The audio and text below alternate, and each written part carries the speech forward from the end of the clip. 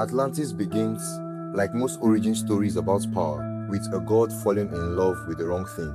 Poseidon, god of the sea, becomes obsessed with a mortal woman named Clito, living alone on an island beyond the Pillars of Hercules, what we'll now call the Strait of Gibraltar. To keep her safe and to keep her his, Poseidon carves the island into a fortress, 3 rings of water, 3 rings of land, concentric like a target, with Clito's home sealed in the center, where no one can reach her without his permission.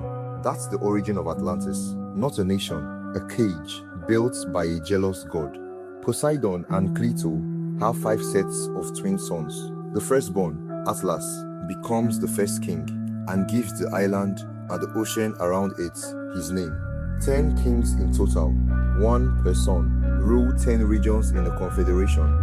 But Atlas's bloodline holds the throne above them all, and what they build is, by any measure, staggering. Concentric harbors carved from solid rock, bridges and canals connecting land to sea, walls plated in brass, in tin, in a mysterious red gold metal called orichalcum that glowed like fire and doesn't exist anywhere else in recorded history.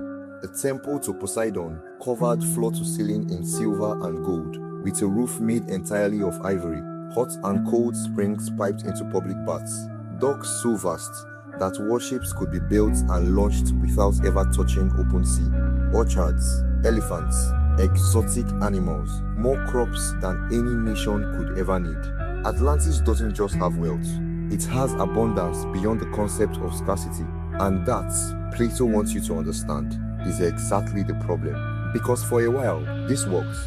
The kings governed by an ancient code, meeting every 5 or 6 years to renew their laws, sacrifice a bull, and pledge loyalty to Poseidon's original order.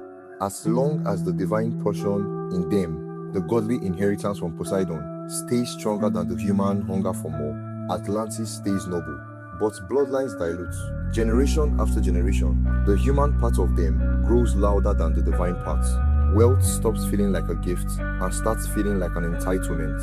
Therefore, the kings who once ruled with restraints begin to rule with appetites, and an empire that could have anything decides it wants everything. They set their sights on the entire Mediterranean.